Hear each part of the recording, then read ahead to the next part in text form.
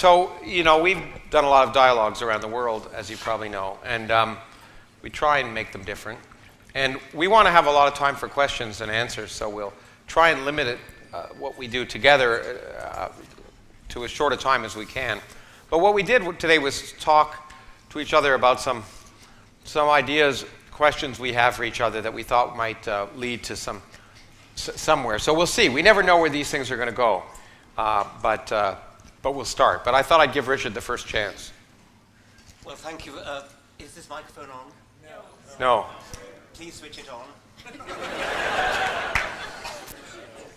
Hello? I'll translate for you. No. Is microphone, is it turned on? It was said to be turned on. It's lights on. Hello? So she went into the garden to pick a cabbage leaf to make an apple. It's not working. Okay, he's going to come. Meanwhile, talk amongst yourselves. And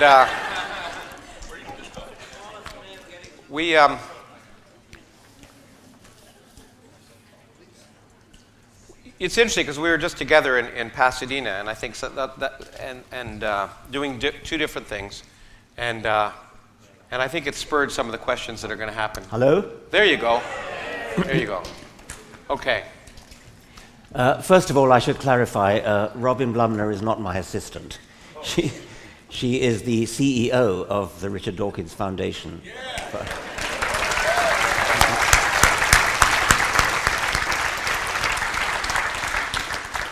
Okay, first question. Imagine no religion.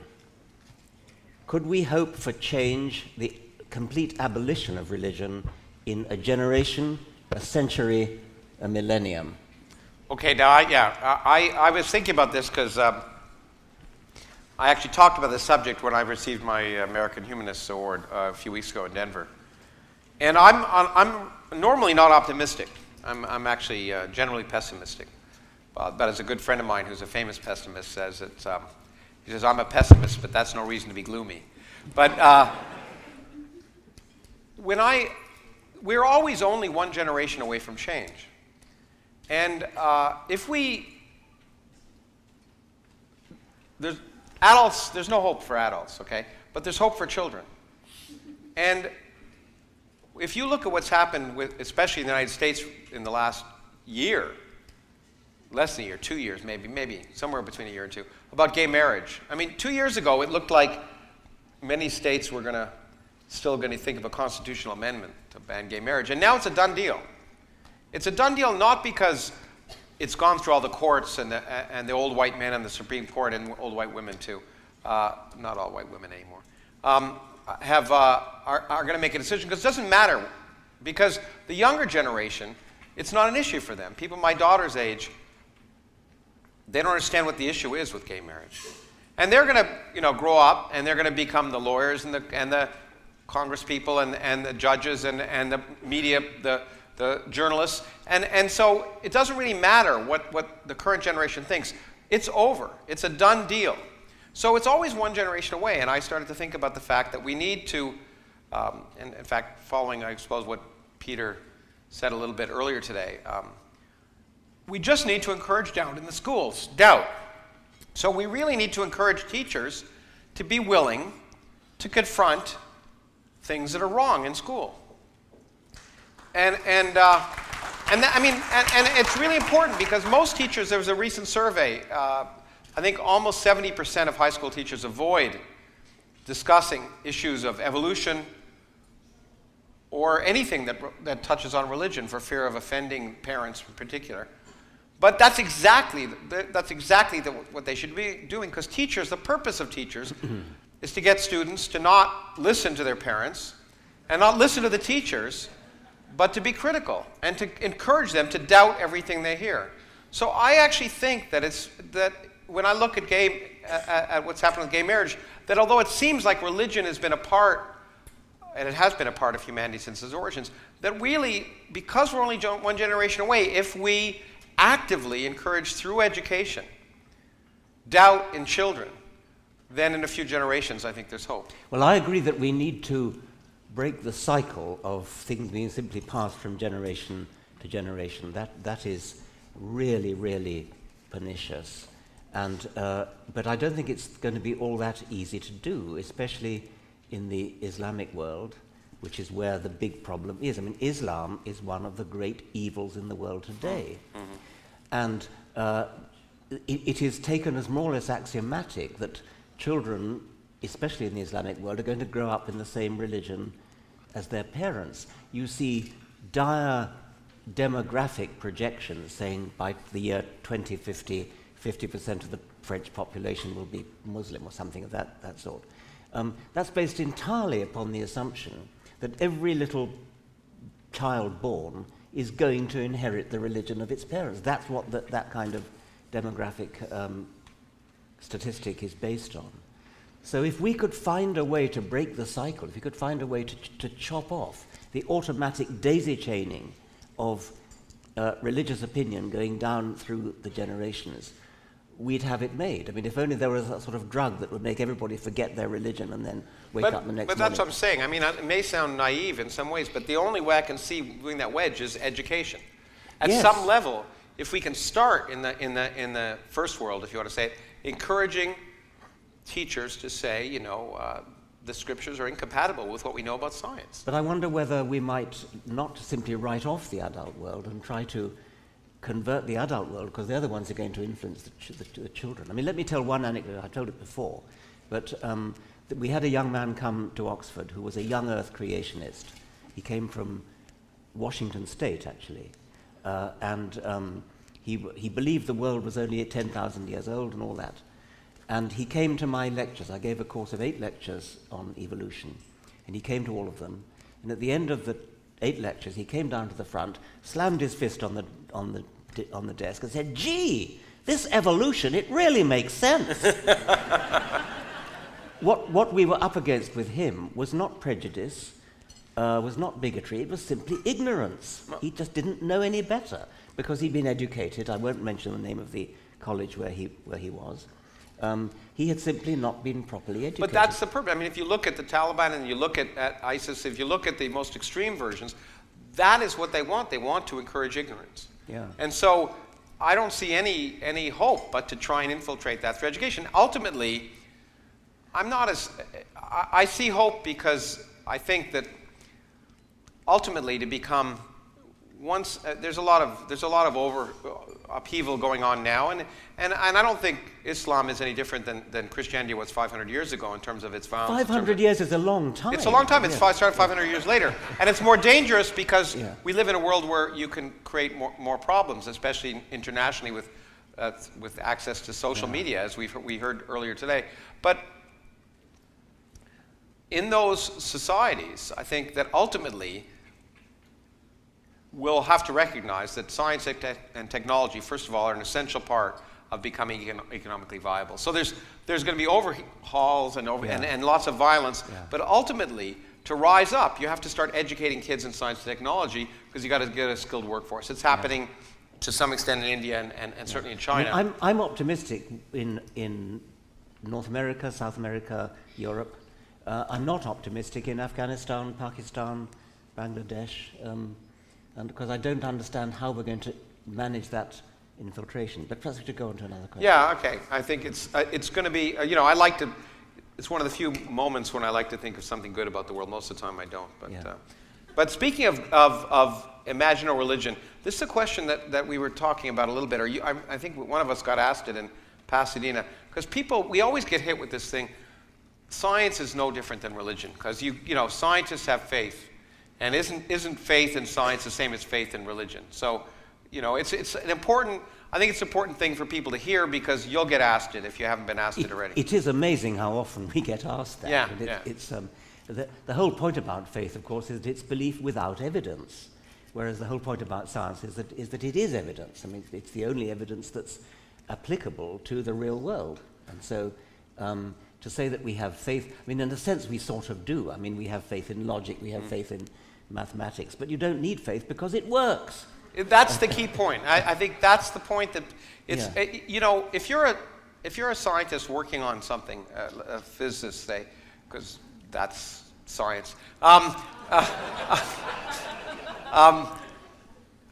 and you're working for 10 years on something, at some level, you've got to you think it's worth working on, so you have faith that it'll work out. But the point is that you're willing to throw it out in an instant.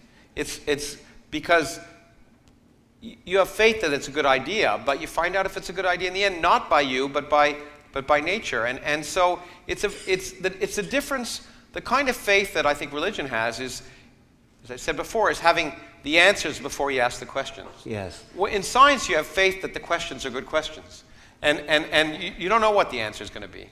A related question is, but you have faith that your wife loves you, or something of that sort. That's pure faith. Well, it isn't pure faith. It's, again, evidence. It's evidence based upon words. It's evidence based upon looks. It's evidence based upon little catches in the voice. There are all kinds of evidence that your wife loves you. You may be mistaken. But that's the thrill of being a scientist, is being mistaken. You reject the hypothesis when and move on, hopefully. Yeah. But it's simply nonsense to say that there's any resemblance between faith that your wife loves you and faith in God. You know, I think it's been on YouTube. I did some debates with a really creepy guy in Australia, William Lane Craig, whose name I try not to mention, and who you have been wise enough to refuse to debate. I'm very impressed. And I was amazed at the end of that debate. Unfortunately, it was done with moderators who were mostly idiots. But we were both asked, what would it take for you to change your mind? They asked me, what would it take for you to believe in God? And I said, evidence. And I was amazed when he was asked.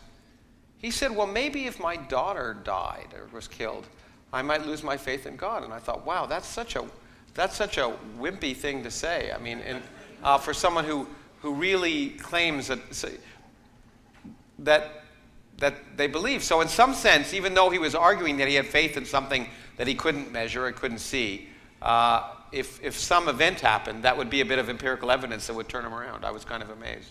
You're right, I don't. I have had a debate with him once by mistake. I didn't realize he was invited at the last minute. But I mean, I don't debate with him, partly because I can't stand listening to him. Yeah, well, actually, I was a little hard on him then, because he had earlier talked about, I confronted him with the fact, as you probably know, is it the Malachites in the New Testament? Malachites, so God exhorts them to kill all the Malachites, women and children, and he, unbelievably, as an apologist for Christianity, said, well, it's okay because the adults, Malachites, were evil, so they deserve to go to hell, and the children will go to heaven, so it's okay that they're all killed. And the people I felt sorry for were the Israeli soldiers who had to kill them. But that's the only people I felt sorry for. So when he said if his daughter died, he wouldn't believe in God, I said, what if she were a Malachite? I mean, anyway. That's absolutely true what Lawrence has just said. It is a most monstrous thing that I mean, any respectable theologian doesn't believe that there ever was a massacre of the Amalekites. But he does. And he thinks it's okay. He thinks it's okay. We don't shouldn't have brought his name up. We shouldn't have. He remained with us enough. But the other thing is that he's a pompous pedant. Yeah. You really get sort of premise 1. Yeah. Premise 2, consequence 3. Yeah, he's a very pedantic. He makes it seem like... He pretends he's doing logic. Yeah, okay, let me... So, it's your turn. Okay, right.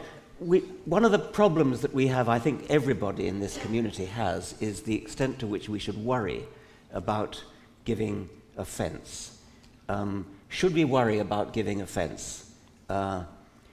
I suppose I should say that when Lawrence and I first met, we had a bit of a disagreement about this. I was giving a talk. Where was it again? It was. I think the first talk was in Buffalo, but where we started to have this discussion was in well, anyway, in San Diego. Wherever it was, I gave my speech, and then somebody stood up in the audience, and the question was rather more articulate and barbed than I'm used to. And it was, of course, Lawrence.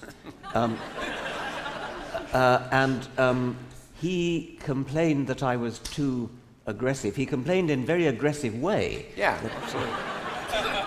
That I was too aggressive.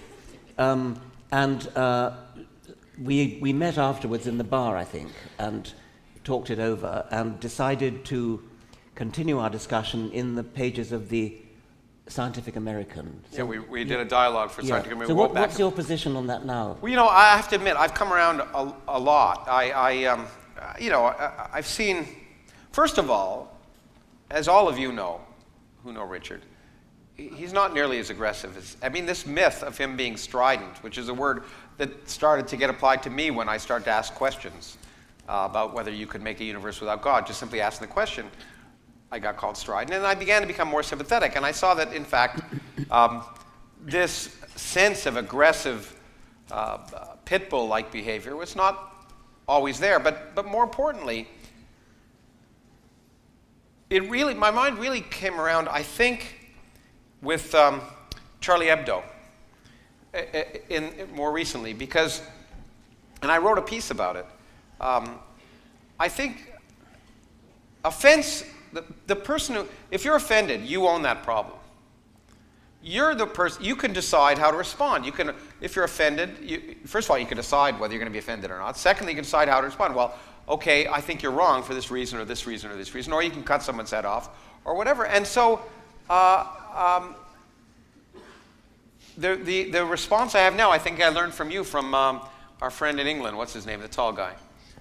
He said, so you're offended, so I offended you? Oh, Stephen Fry. Stephen Fry, yeah. Yeah, Stephen Fry said, so you're offended?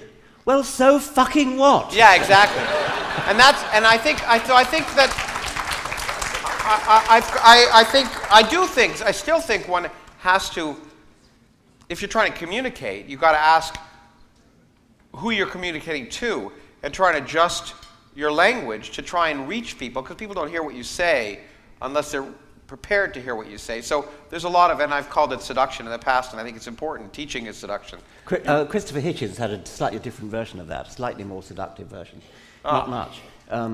He said, you're offended? I'm still waiting to hear your argument. Yeah, that's exactly. And that's the good line. The point is, if you're offended, think about it. But I think we need to offend at some level. But at the same time, I think we have to moderate that and realize that for different groups, different strokes for different folks, and it takes all kinds.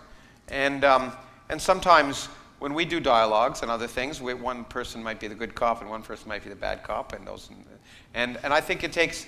I think different approaches work for different people. In fact, in the movie, in Non-Believers, you talked about the fact that your response to something that could have offended you, which was being told you were an idiot for reading that awful book by Teilhard de Chardin. Teilhard de Chardin. Yes. And your response was, you know what, I really was an idiot. I really was an idiot. Yeah. I mean, I don't think we want to go around telling people they're idiots, not in so many words. But so many people will think you're saying that if you criticize what they believe, because it's as though their beliefs are part of them. It's not even criticizing. That's what gets me. It's just asking questions. Yes. If you say, well, why do you believe that? That's a criticism. Why do you believe in God? It's taken as an offensive statement. And that's really what we have to try to conquer. I agree. It's that every other area you can ask, why are you a Republican? And, there's no good answer. But people are at least, accept that you can ask the question, but somehow it's offensive to ask people about the religion. And until we get beyond that point where we can bring it up openly, then we're always going to have problems, I think. Because people identify with their religion so much more than they identify with really anything. Maybe their football team. I'm not sure about that. That's true, and if you ask why, it seems like it's an attack on them. It's such a central part of their being. Yes. But the story about Teilhard de Chardin is an interesting one, because as an undergraduate, has anybody read The Phenomenon of Man by Teilhard de Chardin? One or two people. I was seduced by it as an undergraduate until I read Peter Medawar's wonderful review, the finest negative book review ever written. And he said things like, just a little bit careful here. He said, he compared it to the German Naturphilosophie, and then he said, French is not a language that lends itself to the ponderous idiom of Naturphilosophie. And Teilhard has accordingly resorted to that tipsy, euphoristic prose poetry which is one of the more tiresome manifestations of the French spirit. I apologize. On behalf of P.B. Meadower. And it's a magnificent takedown of this book, and I completely changed my mind. I felt a fool to have been seduced by this man. So it is possible to change somebody's mind. You don't automatically assume that if you show somebody to be an idiot, as I was shown to be, that you will always push back. Yeah, some people will change their mind. But what you really did, and I when I lectured a physics teacher, I say the same thing, that there's just a lot of research, a ton of research, that the only way that we can teach things is by having people confront their own misconceptions. It's not by they have to work through it. And in some sense, his book review caused you to confront your own misconceptions. And we do that all the time. And that's the way people remember, is when they realize themselves that something they always thought was true is wrong. It's a wonderful experience. It's a liberating experience. And I was playing last night with Peter Wojosian's app for how to convert people from religion. And you're given questions and you have to answer, is this the right answer, this the right answer? I got the wrong answer every single time. And the app said, that was too confrontational. But I think we kind of agree that works for some people. It works for some people, and I think ultimately, and as I guess as Peter was saying again today, there's some people who are going to be offended no matter what you say. But I think you have to, Megan, I forget whether you said it here or whether you said it the other day, that when we're doing a debate or when we're doing something like that in a public forum, we're really not talking to the person we're trying to debate. We're really addressing the vast group in the middle who may have never thought about these issues. And so we may offend the person we're confronting, but the idea is to reach out to the people who are more or less of goodwill and often have not thought in detail about the issues in general. That's such an important point. I was once at a conference, I think it was TAM, where somebody gave a talk called "Don't Be a Dick," and he began by taking a vote, and he said, if somebody said you're an idiot, would that change your mind? And of course, everybody said no. Oh, that's fine. But what he didn't ask was, if you were listening to a person saying to a third party you're an idiot, would that change your mind? And that's a very different question. And that, in fact, by the way, that was the reason I decided to do these events with the person whose name we shall not mention anymore. Because it was put on by a Christian group in Australia. There were 2,000 people in each of those 3 events. And as painful as they were, it was an audience of goodwill. I'm going to ask you, let's move on. Yeah, okay. I'm going to do a science question. We were talking about aliens a lot lately. So what might alien biology be like, do you think? It's easy to criticize science fiction authors for their lack of imagination, making their aliens pretty much like humans, but bright green or something. I mean, just a varying one thing. And one's apt to praise a science fiction author who really, really stretches the imagination and thinks of something entirely different, like a living organism that's entirely in a gaseous medium rather than in a solid medium or something of that sort, or not carbon-based but silicon-based. I think it's arguable that alien life might actually be more like our sort of life than the pure imagination might suggest. For a start, I'd stick my neck out and say that alien life, if there is any, and I'm pretty sure there is going to be Darwinian life. I don't think I'd be very surprised if there was any other way in which the complex organization, the pseudo-purpose of life could come about by anything other than Darwinian natural selection. Once you've got an intelligence that's evolved by Darwinian evolution, then of course you've got the possibility of intelligent design manufacturing complicated things, which are evidence of life but are not life themselves, at least not yet. So I think it's a genuinely interesting question to ask, and I wish that more chemists and biologists would ask the question. Can you imagine, what kinds of alien life can you imagine? Does it have to be carbon-based? I talked to Harry Kroto, the Nobel Prize-winning chemist, about this a few months ago, and he said, absolutely, it's got to be carbon. He was very adamant about this. There's nothing else, no other element has the properties of carbon that can produce the sort of macromolecules that you need.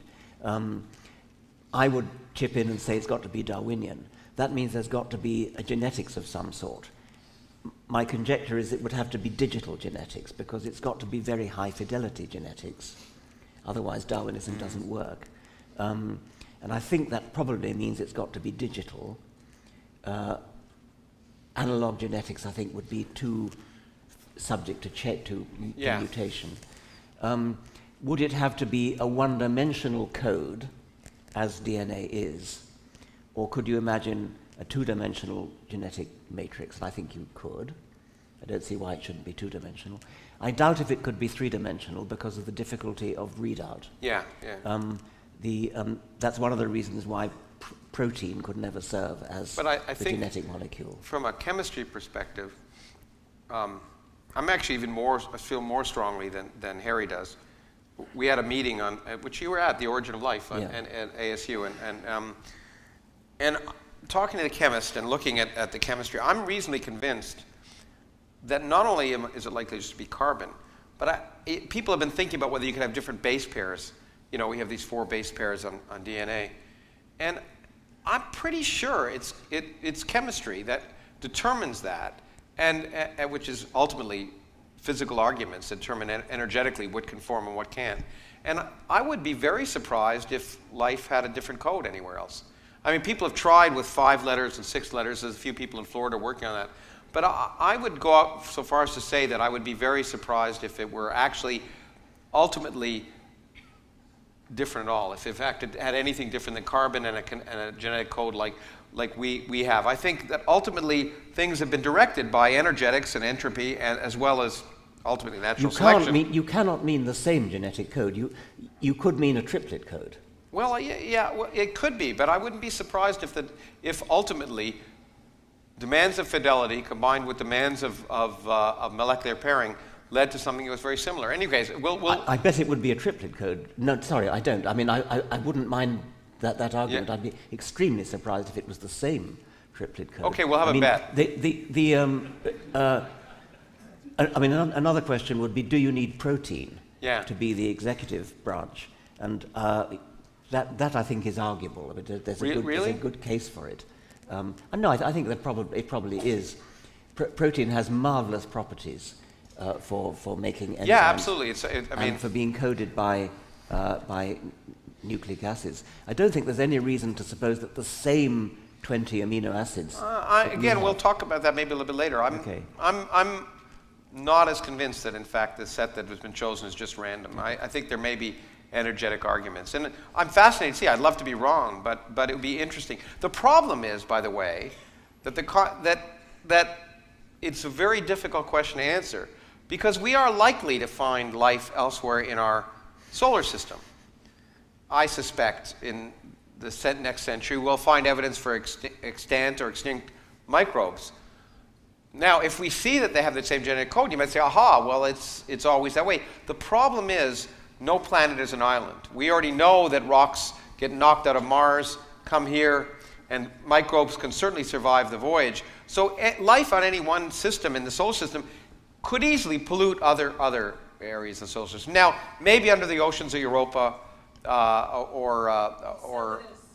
what? Enceladus, yeah, exactly. That's probably a better source right now. Because there's a barrier, you might say it's been so protected that it hasn't been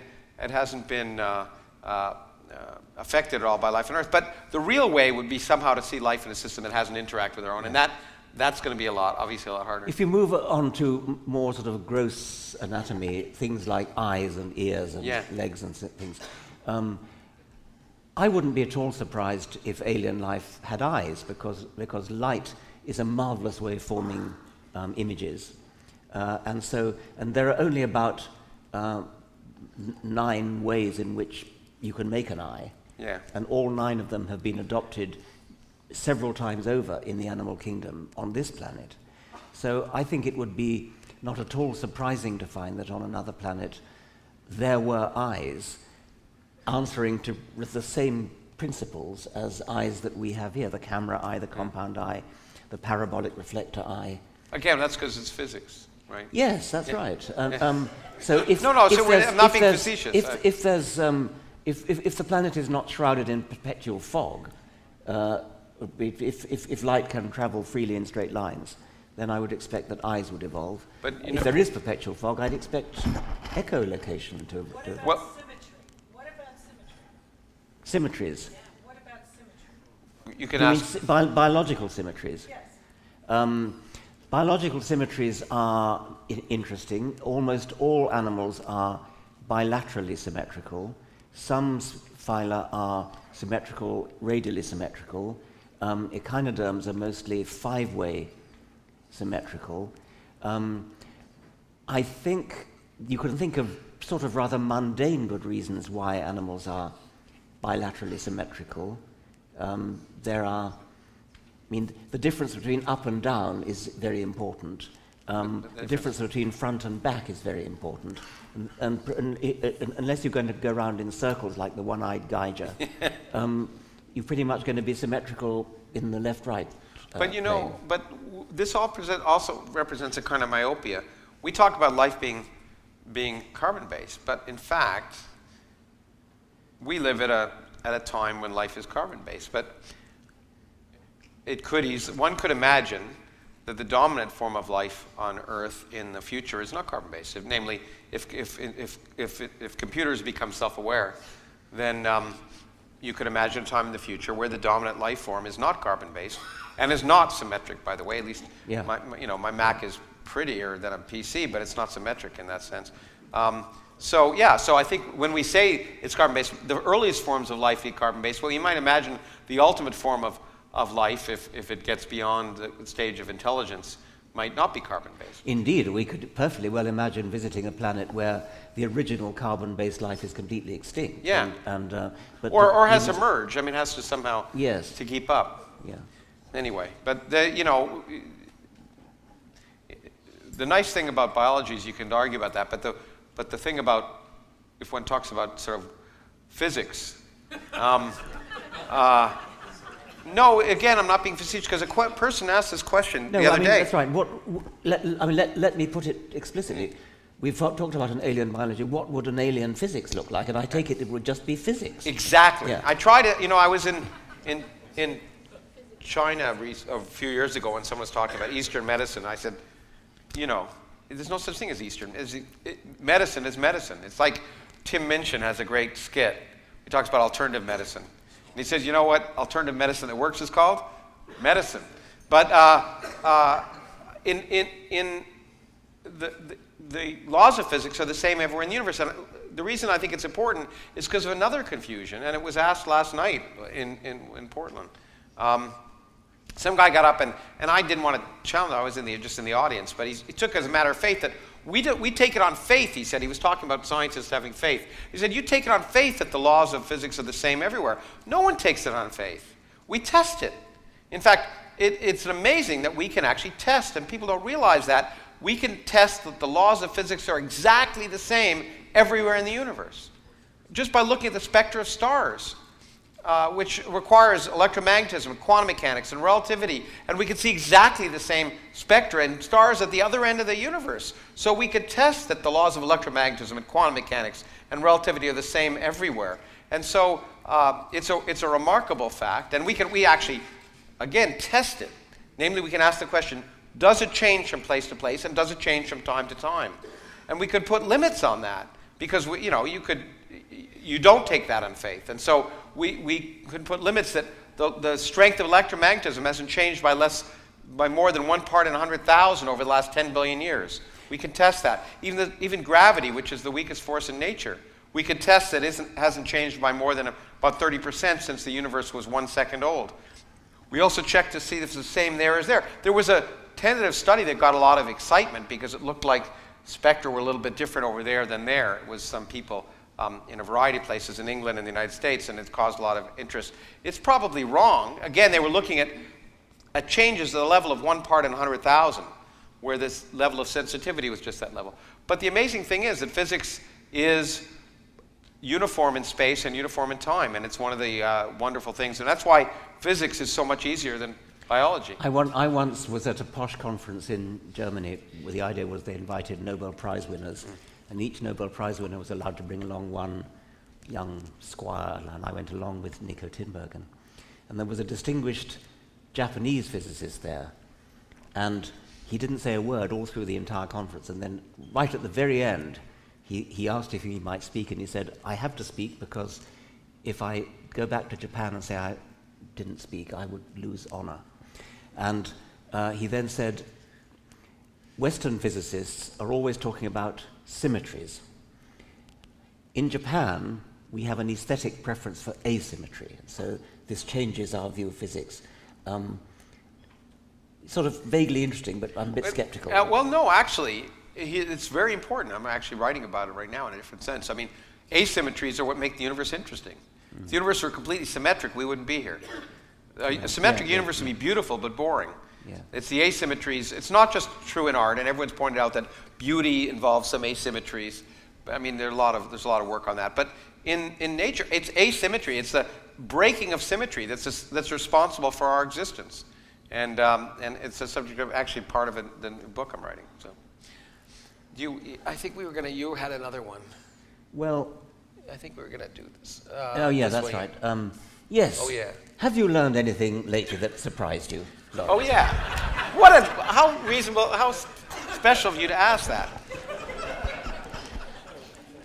Yes, and it's in biology. I was just talking about this recently on a TV program. We've talked about how you could ever learn about the origin of life. You know, that we can go back to the earliest common ancestor. But that period between the time life, whatever life is, formed, and the life that we now know, RNA-based or DNA-based, I mean, that's probably a long series of steps between whatever the first living things were. And again, at the early stages, it's hard to know what you mean by life.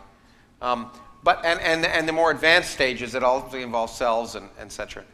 And there's a really neat, I just learned that people can actually, there's some studies that are actually allowing us to learn about that early period, which I thought would never be accessible. And it involves the thing that makes you sleepy when you eat turkey. Tryptophan, which is one of the amino acids. And it's a long story, but the neat thing is it turns out that these people have been able to discover that it's actually incorporated. There are 20 amino acids, but it's incorporated in far fewer proteins than others. And in fact, they can now show that it was incorporated very late in the life process. So there are proteins that involve tryptophan. There are other ones that don't. And what they can now do is look at proteins that are involved. The next step will be to look at proteins that are involved in metabolism and cell division, and see which ones have, if they have tryptophan, then probably that aspect of life formed very late, because it was only happened after tryptophan was incorporated in the proteins. But if they don't, then the process happened early. So they can try and see whether metabolism formed before cell division or vice versa. We may be able to finally get a handle on that order of what happened first. As you know, Freeman Dyson thinks metabolism is more important than genetics, and other people think replication is more important than metabolism. And I just thought it would be a debate that people would just have ad nauseum, but we may actually be able to get data, and I think that's wonderful. I've never understood how Freeman Dyson could possibly say anything other than that replication is... Well, I think he's a contrarian. And yeah, he is. Yeah, and he always, whatever people think is wrong. But I mean, he's a sharp guy. Yes, certainly. But you've got to have replication, or you can't have Darwinian natural selection, and therefore you can't have any kind of improvement. And I think that's just a no-brainer. Well, the origin of life has got to be the origin of the first self-replicating entity. Which, but you know, he would say that separate entity couldn't replicate without a metabolism at some level, and so Well, I can see the arguments, but it's but the point is, it's just talk until you have a way to test it, and I think it's really neat that at least in this one area, I was kind of surprised, and I'm optimistic that maybe it might lead to. I actually do think that we'll learn the origin of life maybe in the next in the lifetime of many people in this room. It will never be for certain, will it? It will always be of the form, yes, that model is so neat and so clever and that it's just got to be right. Well, I was going to ask you, but in fact, do you think do you think it'll ever just be that, or do you think there'll ever be a better way of knowing that, in the sense that scientists know, it's sort of so highly likely that it... Well, I suppose you could repeat it in the lab. But I suspect it's more likely to come from a model which will just be so brilliantly neat and elegant that... It's interesting you say that. So you sort of think origins in biology could be kind of like origins in physics, because many people would say, you know, I've written about the origin of the universe, and ultimately it may come down to theoretical models, because although I'll spend time tomorrow talking about new optimism I have that we may be able to explore the very beginning of the universe, but ultimately it may be model-based, and I'm surprised, you know, biology is kind of an experimental science, so I'm surprised to... Oh, there's a lot of model making. There's a lot of modeling in biology. The whole of, well, Mendel, the sort of Morgan study of the order of genes along chromosomes is all done by not actually inspecting chromosomes. It was done by measuring things out in the real world, measuring frequencies of linkage between things, and of course the triplet code, the DNA code, brilliantly modelled. By a former physicist, I guess. Yeah. Yeah, absolutely. I'm sorry. I had a great XKCD. Maybe there's a lovely quote by a famous physicist beginning with W, who said something like, "It will all be so beautiful that we will say, oh, how could we not have realized it before?" It was something like that. I remember the name if you said it. It begins with W. I think we've probably talked about this before, but I can never really get a physicist to persuade me that he or she actually fully understands quantum theory. As I understand it, quantum theory's predictions, experimental predictions, are so magnificently fulfilled to so many significant figures that I think it was Richard Feynman who said it's equivalent to predicting the width of North America to the width of one human hair. Yeah. So that means that in some sense it's got to be right. Yet the assumptions that quantum mechanical theory makes in order to derive those predictions just sound kind of loopy. And there are some physicists who seem to be macho enough to say, well, that doesn't matter, the mathematics works, and the experiments works. Yeah, but do you really understand it? But they are loopy, and that's what's really important. They are completely nonsensical in a classical sense. In fact, in my debates with the theologians who often use classical logic, I often say, well, that's fine, but maybe the universe doesn't use classical logic. And quantum mechanics is the perfect example. The things that electrons do are classically impossible. And no one understands. Feynman said, if you think you understand quantum mechanics, you're wrong. In fact, and I wrote a book called Quantum Man, which is about Feynman helping us understand quantum mechanics.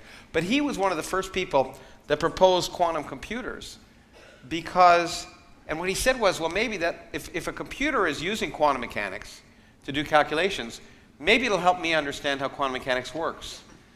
Because no one, we can never intuitively fully understand quantum mechanics. In relativity, you could sort of understand in a way if you think about the thought experiments that Einstein did. Einstein did a set of logical thought experiments which lead you to realize that relativity kind of makes sense in a way. But quantum mechanics simply doesn't make sense. An electron is spinning in every direction before you measure it to be spinning in any direction. all at the same time. It's an electron that goes from here to there, is taking every possible path at the same time. And that just, it is weird. And someone was asking me again just this week, which is your favorite interpretation of quantum mechanics? And I don't like the question because, and it was a friend of mine who's now passed away at Harvard, Sidney Coleman, was a wonderful physicist. And he said that's the wrong question. The question should be not what's the interpretation of quantum mechanics, it's what's the proper interpretation of classical mechanics. Because the world is quantum mechanical. The classical world is an approximation to this quantum mechanical world. So any classical interpretation of quantum mechanics is going to be weird and wrong. Because, so you should say, how can we interpret classical mechanics in terms of the underlying reality? And because any interpretation you have, and I think the most reasonable one is the many worlds interpretation, sounds crazy because you're forcing reality to be described by something that isn't exactly right. And I don't think that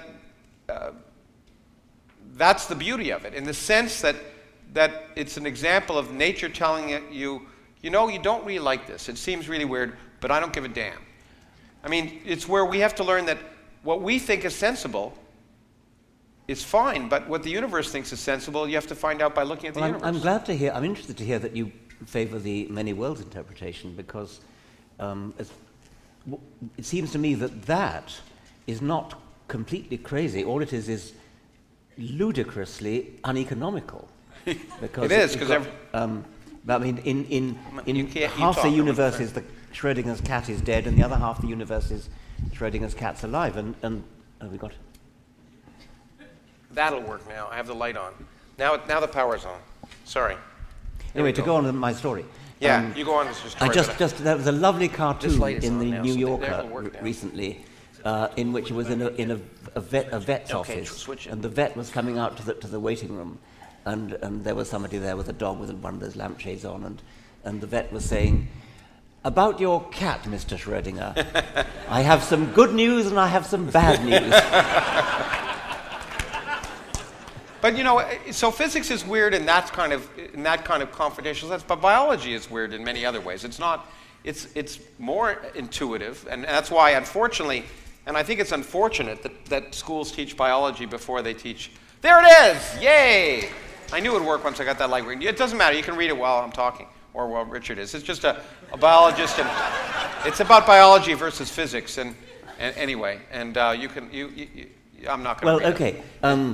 But biology is more intuitive, so schools seem to think that they should teach it before physics, which I think is the wrong way around, because then you learn one of the reasons I didn't become a doctor like my mother wanted me to was because when I went to school, biology was just a lot of memorization. Yeah. And rules that you never learned why the rules were the way they are. But biology is based on chemistry, and chemistry is based on physics, and so instead of learning these, you know, just you have to accept something, it's better if you learn about energy and beforehand, before you learn about biology and metabolism.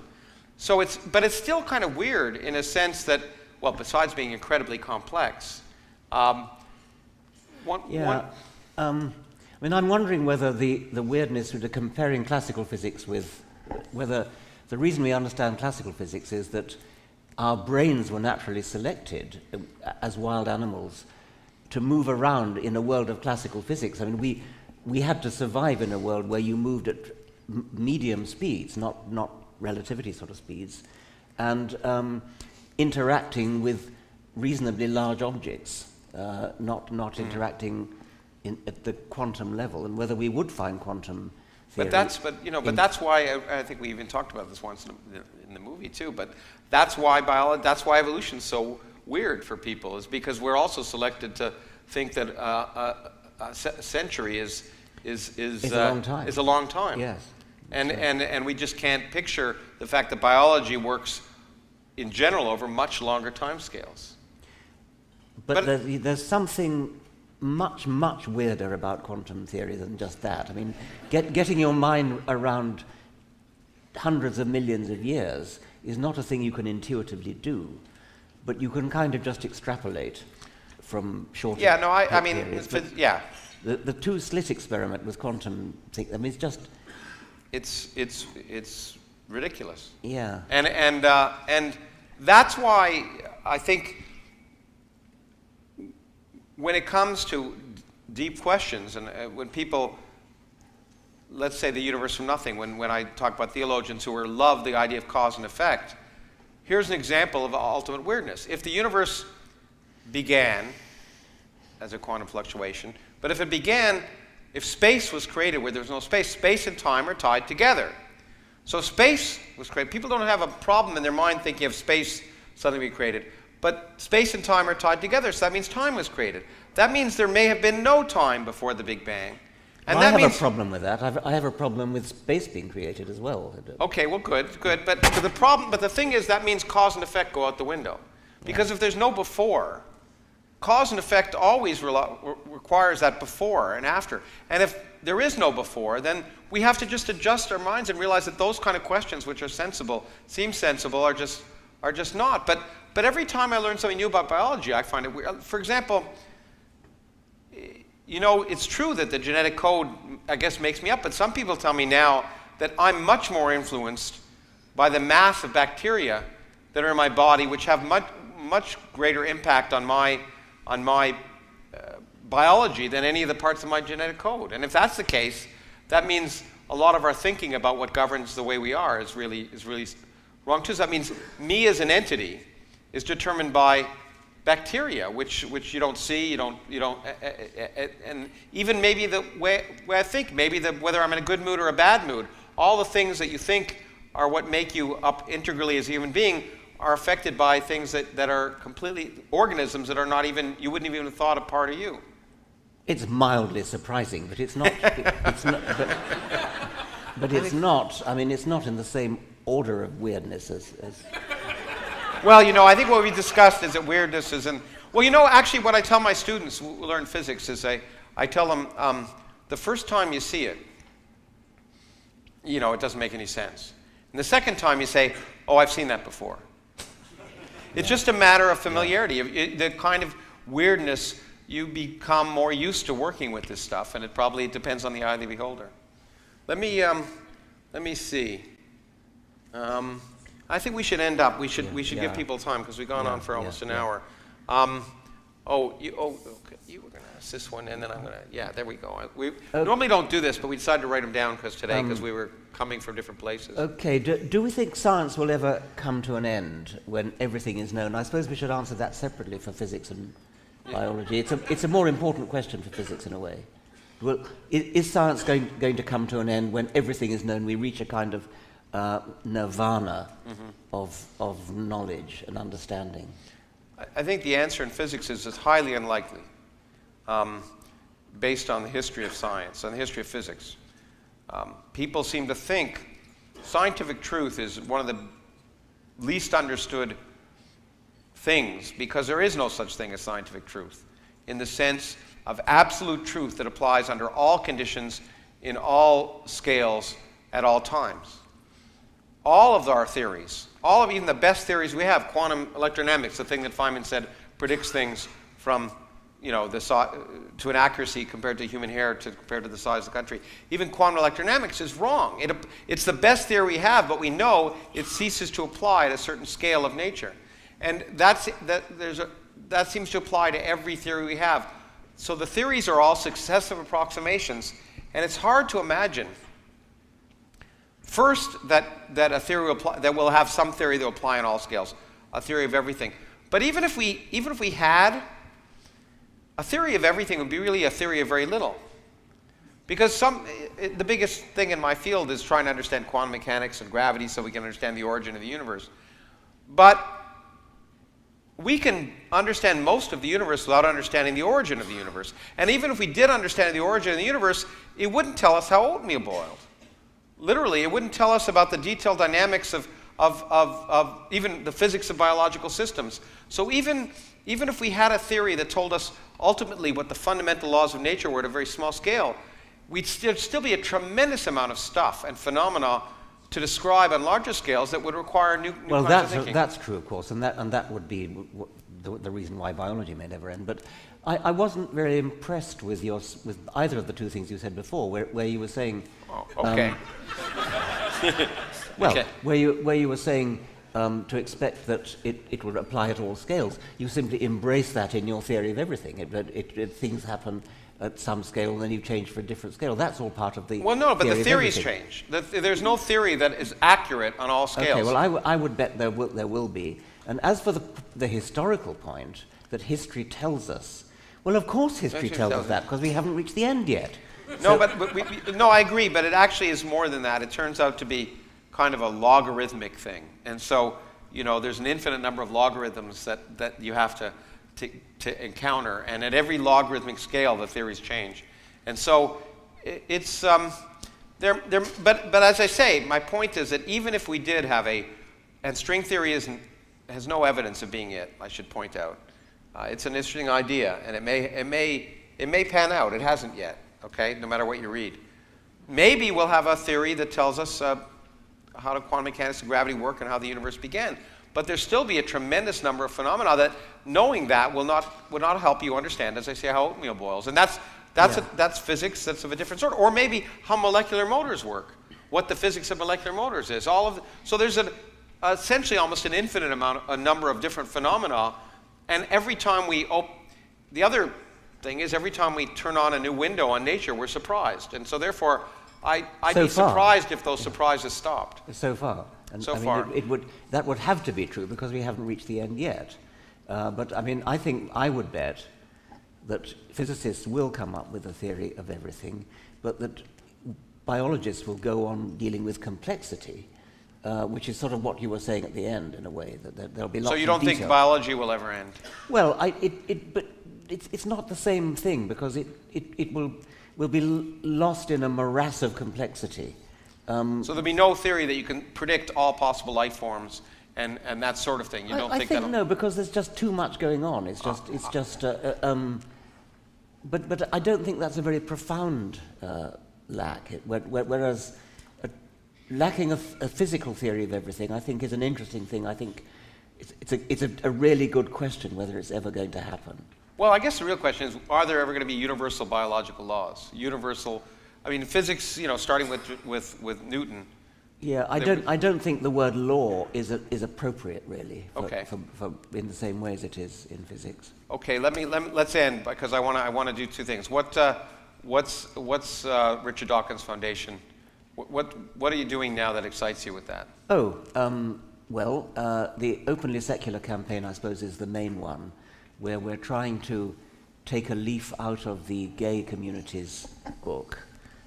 As you were saying earlier, Lawrence, there was a tremendous transformation in the status of gay people in America and in Western Europe as well, where they've moved from being pariahs to being highly accepted, respected members of society, getting married, and have done it by coming out. And we are trying to encourage atheists and secularists to come out, to set an example, to show that we are ordinary, nice people who are good at doing things, and we're pleasant people, and we're friendly people, and we don't have horns and a tail. And we're trying to do it by getting people to do little YouTube videos of themselves, or selfie YouTube videos, where they say, I am a bus driver, I am a lawyer, I am a doctor, I am a fire engine driver, and I'm an atheist, or I'm a secularist. I'm openly secular. Secular rather than atheist, because I suppose we're trying to get a more all-inclusive people who are actually religious, because many religious people are also secular.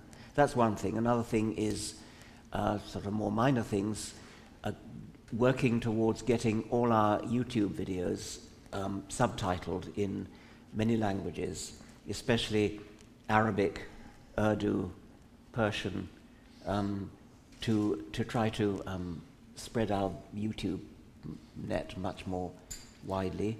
We're sponsoring productions of Inherit the Wind, that magnificent play which was done as a film with Spencer Tracy about the Scopes monkey trial. It's the 90th anniversary of the Scopes monkey trial. And so we are sponsoring productions of Inherit the Wind by school dramatic societies in 90 schools around North America. Those are some of the... What else have we got? Oh yes, we've got the Teacher Institute for Evolutionary Science. One of the problems with middle school teaching of evolution is that teachers at middle school, I gather, in the United States, tend not to have science degrees. And they tend to be a bit intimidated about teaching evolution because they're accustomed to being, well, criticized very heavily by parents, sometimes by children, sometimes by other teachers. And they're not equipped to answer the criticisms because they don't know enough. And so we're starting a campaign to teach teachers how to teach evolution and how to combat the criticisms that they're likely to get. You know, I want to add, I don't have foundation, but there's something I'm involved in that's related to something you said that I'm very pleased about and I want to promote, so I'll do it here. It's the opposite. I think it's really important to get those YouTubes out in Arabic, and I think The Unbelievers has actually been subtitled in Arabic, which I'm very happy about. But the opposite, I was very honored to be asked. It relates to something Miriam was talking about earlier. Raif Badawi, who many of you know of, who was arrested and subjected to lashing and 10 years imprisonment for blogging. They've just, his work was in Arabic, and there is now going to be a translation of his, put into a book, and they asked me to write the foreword, which I just did, for his book, which is going to come out. And I think it's really important that we work the other way around, that the important people in those countries, as Miriam was saying, the people who are fighting for free thought, that they not be silenced. And so I was really proud and pleased to write the foreword, and I hope it becomes very popular because we really need to give them a voice. And we should all do what we can to make sure those people are not silenced because they are the future, in my opinion, of those countries. So, anyway. I think we should just stand for one. I think we've gone on long enough, and there are some questions, I guess. Yeah. What teacher in school made the most impact on you and why? Well, I've written about this in my autobiography, Yeah. so anybody who has read it, I mean, Mr. Johan Thomas taught me biology, and it's just possible that somebody hasn't heard me tell the story before, but just one memorable story. We were talking about Hydra, which is a small coelenterate, a small creature of fresh water, and he said, "What animal eats Hydra?" And he turned to the first boy, "What animal eats Hydra?" And the boy guessed, and "What animal eats Hydra? What animal eats Hydra?" And all round the class he guessed, and by the end we were all agog to know what animal eats Hydra. "Sir, sir, sir, what animal does eat Hydra?" And then he waited to total silence, and then he said, "I don't know." I don't know. And I don't think Mr. Coulson knows either. "Mr. Coulson, Mr. Coulson!" And he rushed to the door, opened the door, flung open the door, and led in his senior colleague who was teaching in the next room. "Mr. Coulson, do you know what animal eats Hydra?" Mr. Coulson said, "No." And I think none of us have ever forgotten that lesson. And that just epitomizes this man. He inspired me, I think he inspired many people to become biologists. Oh, well, I don't know if I can compete with that. That's a great story, and it's a great teacher. I was fortunate, by the way. I think I had a whole set of wonderful teachers who got me excited, and particularly allowed me to be me, which I think is the most important thing. There were teachers who were a little upset at me being me, but probably I would say not a science teacher. I had a lot of good science teachers, but for me it was I think an English teacher who really got me excited about the need to communicate. I think the importance of communication and the opportunities to do so in many different ways.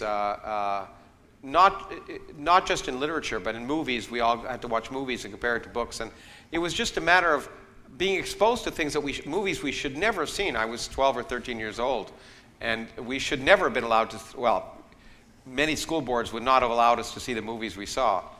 But it was eye-opening. And the fact that you were allowed to think about subjects and talk about subjects, once you talked about subjects, any subject, then anything was game. And for me, that just emboldened me to, I think it was very important. If science is a tool in the search for truth, can you imagine a way to improve on the scientific method to be more effective in our search?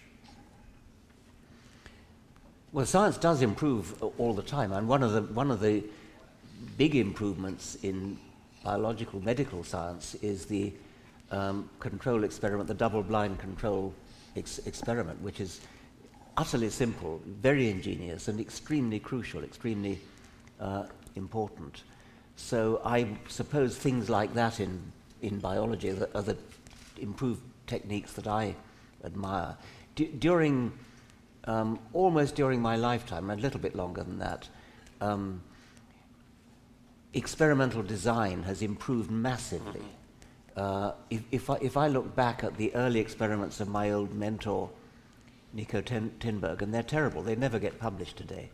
They're pretty much anecdotal, very poorly controlled against observer bias. Nowadays, experiments are always arranged in such a way that if that the experimenter's bias, as far as possible, doesn't enter into it, either biased in favor of getting the result he wants, or if he's very scrupulous, biased the other way. The double-blind trial does guard against that, and it's so simple and yet so ingenious, and that has swept through medical science pretty much during my lifetime, I think. Well, you know, let me first say the simple answer is no. The scientific method, ultimately, the scientific method hasn't changed. It works. It worked. It's the reason we're doing science. The basic notion of testing, making hypotheses, testing, and falsifying hypotheses, and moving on and testing again and repeating. That is the only way, what we know of, to get knowledge. I would say there's no other, in my opinion, there's no other way that we gain knowledge about the world. But tools, and double-blind in biology is just a small part of something that's bigger, I think, and that's really changed is the understanding of statistics, of how to properly tell whether something's significant, and that's what we do in double-blind. But you know, often if you do a physics experiment, and you're looking over a wide range, you'll always find something crazy. And many people, all of us in life have that same, something weird happens to us and we think it's significant. But we forget every day when weird things didn't happen to us. Yeah. I often tell a story of Richard Feynman who would go up to people and say, "You won't believe what happened to me today. You won't believe what happened to me." And they'd say, "What?" He'd say, "Absolutely nothing." And so we have built a whole series of techniques to tell whether seemingly significant results are in fact significant. And I'll talk about one tomorrow in a really important way. But here's an interesting fact. I think we're not there yet.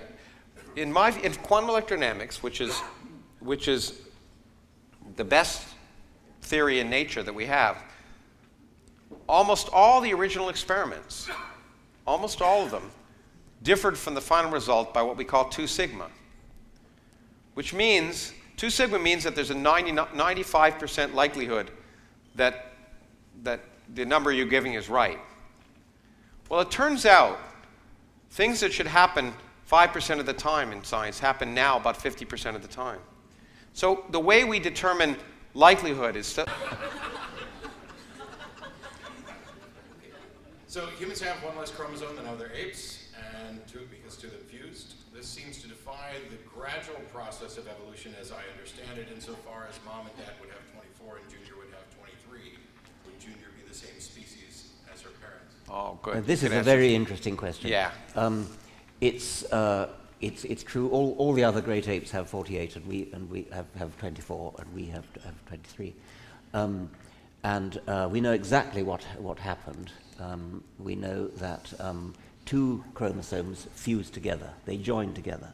And you can actually see the join, you can actually see that this is chromosome whatever it is in a chimpanzee, and that's chromosome whatever it is in a chimpanzee. They have actually joined together end to end. So it's a magnificent, spectacular demonstration of evolution.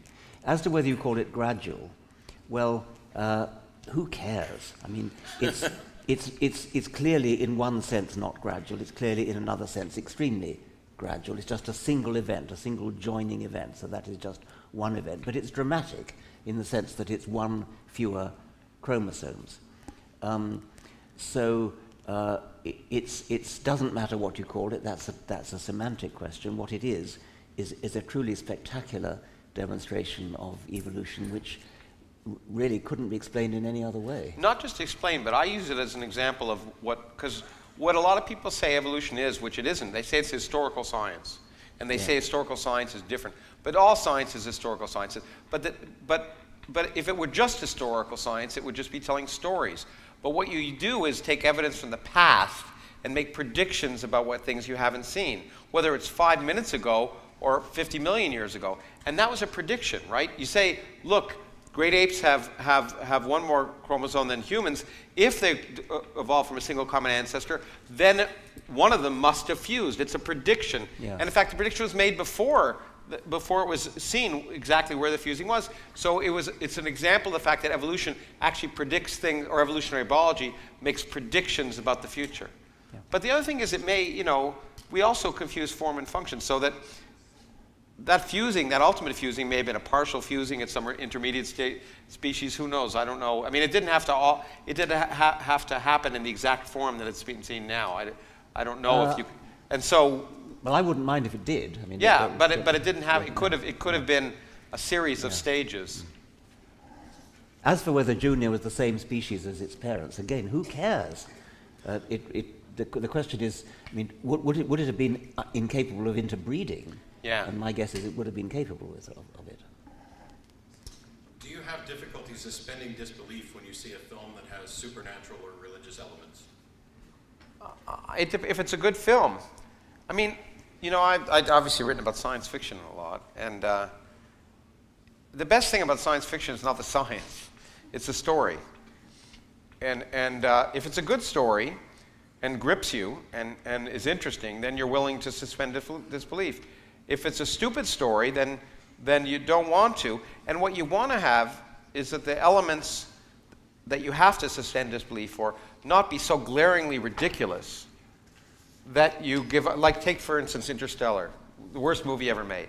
Not quite, there's a lot of worse movies. But there are some things that just are so glaringly stupid that you can't enjoy the good stuff. So for me, it just depends on whether it's a good story, and that wasn't, and whether the things that I'm required to disbelieve, for example, from biology, somehow that the life is dying on Earth because there's a blight, right? But it took 2 billion years to build up the oxygen on Earth for plants, and for 2 billion years they had to create oxygen. One generation, if we could burn all the crops on Earth right now, there'd still be oxygen. I mean, just simple things like that. So if you do something so stupid, then what about you? Yeah, that applies to science fiction, but I mean, the general question, it's no more difficult than when you read a novel. You know the characters in the novel never really existed, but you empathize with them, you get it under their skins, you feel sad when they die. I mean, you can do all that. I can feel emotional about Bach's St. Matthew Passion, not just because it's beautiful music, but because of the story. I mean, I'm at least as irreligious as anybody in the room, but I still can empathize with this story, with this beautiful music of J.S. Bach. If it's beautiful, and if it is not so implausible that you can't empathize, Yes. I guess. Yeah. And I'm told this is to be the last question. Oh, good. Yeah. Oh, You guys can kill me later. there's a bar out there, I hope, so that, okay. If God is a delusion, is there any point in having conversations with the deluded about God? Yes, clearly, because I mean they are. It's a tragedy that people are deluded when they could be learning the wonderful truth of the world in which we live. I mean, as a lifelong educator, I am deeply offended by people being taught falsehoods when they could be being taught the truth, because the truth is so beautiful. And we haven't even started on the evils that are done in the name of the delusion. So there's every reason for having conversation with the deluded and persuading them. But yeah, even more generally, we are all deluded about many things, and that's the purpose Speak of for it. yourself. You were deluded about Teilhard de Chardin, for Yeah, I example. was, yeah. Okay.